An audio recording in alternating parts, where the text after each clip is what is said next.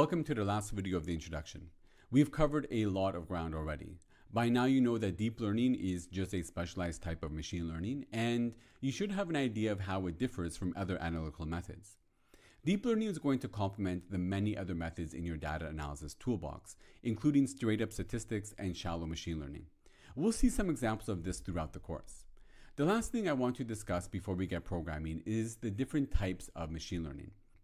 We may have a supervised, self-supervised, or unsupervised question, or the analytical problem may require reinforcement learning to solve. Supervised learning is by and far the most common type of machine learning. The bulk of this video course, the books it's based on, and probably what you'll end up doing in practice is supervised learning.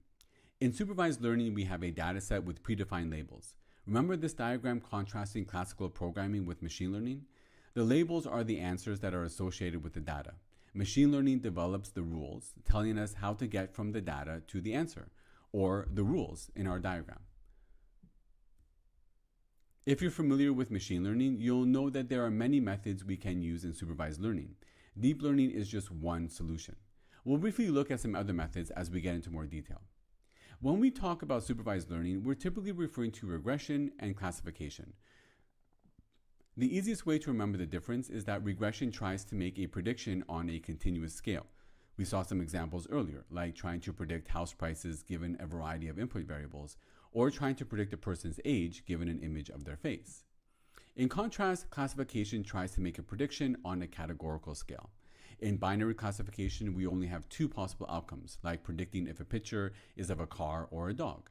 In multi-class classification, we'll have to choose between more than two groups. On top of that, the output may be one of many categories, such as predicting a digit from an image, or it may be more, such as predicting a genre of a movie or a novel. We'll see a lot of classification and regression examples in this course. An extension of this is the self-supervised learning. Here we have labels, but those labels are not quality controlled by humans, as we would have with supervised learning. Rather, the labels are themselves output from an algorithm. An example of this would be sequence prediction in text analysis. We'll see some examples of this later on in the video course. In contrast to supervised and self-supervised learning, unsupervised learning does not have labeled data. In a sense, we're still looking for some kind of a pattern or underlying rule that governs the structure of the data. We see this in dimension reduction, like with principal component analysis and with clustering. This type of learning occurs mostly in the analytics phase of a project. The goal is typically to better understand a data set before attempting a supervised learning solution. Finally, the fourth type of machine learning is reinforcement learning. This is the type of machine learning that has received the most amount of press in recent years. In reinforcement learning, an agent receives information about its environment and learns to pick actions that will maximize some reward. So think about computers playing Atari games or solving the game Go. We need an algorithm that can read an image and devise the next move that will help it win the game, while at the same time anticipating the opponent's strategy. This would be impossible for symbolic AI of the 1960s, but it is now feasible with modern machine learning. We're not going to get into the details of this, but you can find an AlphaGo in Motion book available through Manning Publishers if you're interested in this area. The four types of machine learning are just a guide to help us clarify our analytical problems. And sometimes the distinction between the four isn't so clear, so don't get too hung up on it.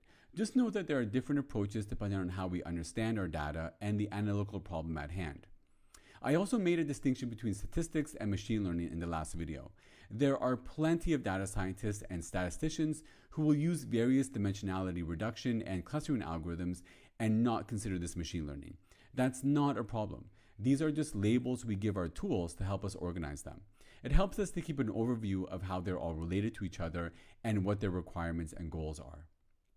The important thing is to identify the right tool for the job.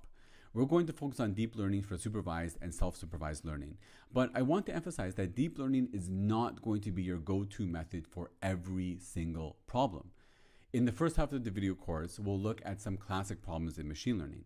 Although you can use traditional machine learning, we'll use them to fully understand the deep learning approach. We'll see worked out examples of classification and regression, and you'll get experience coding all the solutions.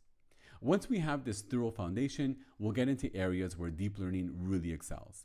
In the second half of the video course, we'll take a look at computer vision, sequence prediction, and generative deep learning. We'll tackle problems that traditional machine learning has a difficult time to solve. I'll wrap up by reminding you of our 3 goals: to distinguish between different types of neural networks, understand their specific parameters, and to access the Keras deep learning framework. At the end, you'll know why, when, and how to use deep learning. All right, enough talking. Let's head over to the next unit and start with some actual deep learning coding examples.